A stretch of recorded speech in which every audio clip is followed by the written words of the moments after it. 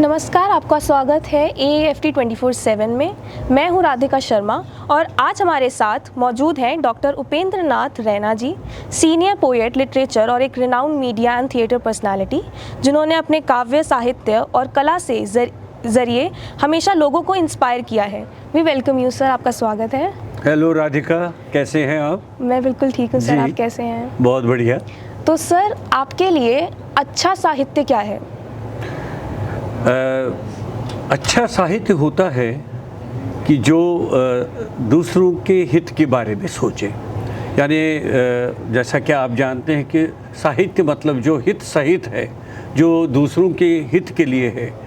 दूसरों का हित का मतलब होता है समाज के लिए, समाज में रह रहे व्यक्ति के लिए, समाज में रह रही इकाइयों के लिए।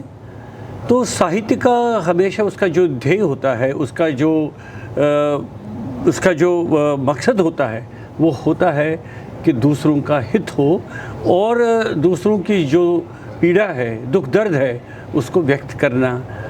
समाधान तो कह नहीं सकते हम, समाधान तो व्यक्ति स्वयं निकालता है उसका जी। लेकिन साहित्य के माध्यम से उसमें जो प्रतिबिंबित होता है वो जीवन की जो अलग अलग कहानियाँ हैं, अलग अलग गाथाएँ हैं, उसमें प्रतिबिंबित होती हैं। तो चूँकि सर आप साइंस बैकग्राउंड से रहे हैं, तो आपका लिखने का सफ़र कैसे तय हुआ? आपने कब स्टार्ट किया लिखना?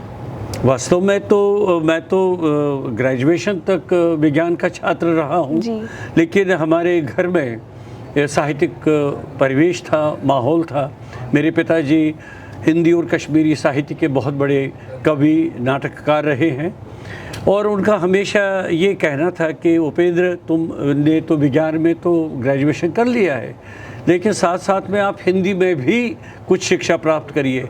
उसके बाद ग्रेजुएशन करने के बाद मैंने फिर हिंदी पे ग्रेजुएशन किया और उसके बाद जब तक नौकरी मिल गई तब तक मैंने फिर पोस्ट ग्रेजुएशन हिंदी में किया। और पोस्ट ग्रेजुएशन का मतलब तो पूरा तब तक नहीं होता जब तक आप डॉक्टरेट नहीं करेंगे। तो फिर मैंने डॉक्टरेट कर दिया और डॉक्टरेट करने के बाद मैं कश्मीर में लेक्चरर के पोस्ट पर आ गया। लेकिन इस बीच में ऑल इंडिया रेडियो में मैं प्रोग्राम ऑफिसर के रूप में हिंदी भाषा के लिए सिलेक्ट हो गया, जो यूनियन पब्लिक सर्विस कमीशन के थ्रू हुआ और उसमें मैंने फिर ज्वाइन कर लिया ऑल इंडिया रेडियो में। तो सर, आप अपनी कविताओं के माध्यम से साहित्य को कैसे दर्शाते हैं? देखिए, कविता साहित्य का ही एक अंग है जी। तो एक्चुअली अगर आप देखेंगे कि जो हमारा लिटरेचर है, साहित्य है, वो कविता से ही शुरू हुआ है। उसका जो विधा रही है, शुरुआत कविता से ही हुई है। तो इसलिए जो उसका जो हम कहेंगे कि उसका जो प्रारूप, मुख्य प्रारूप रहा है शुरू से ही, वो काव्य में ही रहा है, कविता में ही रहा है। और अगर आप मेरी एक छोटी कविता सुनना चाहेंगे तो आपको समझ में आएगा कि कविता का मुख्य ध्येय क्या है। मैं फूल की परिभाषा यही है कि उसकी खुशबू आदमी को लोहा होने से बचाती है। तो यानी कुछ ही शब्दों में आप बहुत बड़ी बात कह जाते हैं और जिसमें जीवन का दर्शन भी होता है और जो जीवन के अलग अलग पक्ष होते हैं वो उसमें प्रतिबिंबित होते हैं। तो आज के समय के बच्चों को आप क्या सीख देंगे जो वो माने कि आप मतलब जो एस्पायरिंग पोएट्स हैं और लेखक हैं, उनको क्या सीख देंगे? मेरे हिसाब से हर एक व्यक्ति जो होता है अंदर में वो एक कवि या साहित्यकार होता ही है।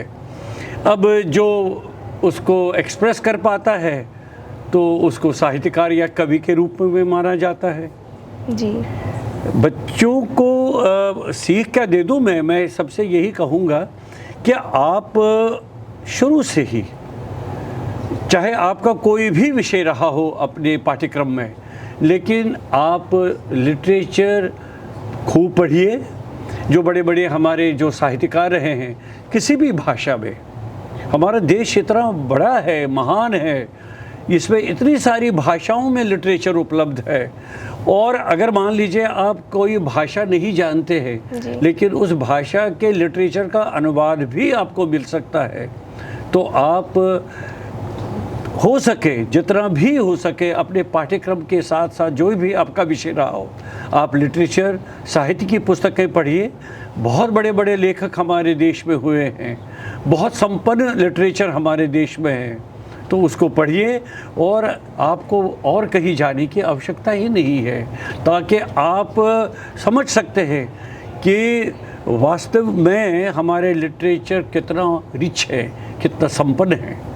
आपकी पसंदीदा पंक्तियां जो हमारे दर्शकों को सुनाना चाहें। एक तो मैंने यही सुनाई आपको, समय की ये फूल की परिभाषा यही है कि उसकी खुशबू आदमी को लोहा होने से बचाती है। और एक और छोटी कविता है, थोड़ी सी अलग तरह की है जी। उसका शीर्षक है धार। समय की धार तेज है, चाकू की धार पर पड़ा है जंग। समय की धार तेज है, चाकू की धार पर पड़ा है जंग। दोनों के बीच खड़ा मैं सोच रहा हूँ कौन सी मौत आसान है। यानी जो हमारे वर्तमान आपाधापी में जो हमारे जीवन की जो पद्धति होती जा रही है कि एक तरफ समय की धार तेज़ है, यानी समय से हमें उसके साथ चलना है, उसके साथ उस धार से लड़ना है, और दूसरे में कि समय की धार तेज़ है और चाकू जो मेटेरियलिस्टिक लाइफ है जी, उस पर जंग पड़ा हुआ है। अब आपको डिसाइड करना है कि इन दो में से कौन सी मौत आसान है। तो हमें मौत नहीं चाहिए, हमें जीवन चाहिए, हमें जीवन की आशा चाहिए, हमें जीवन जीने की क्षमता चाहिए।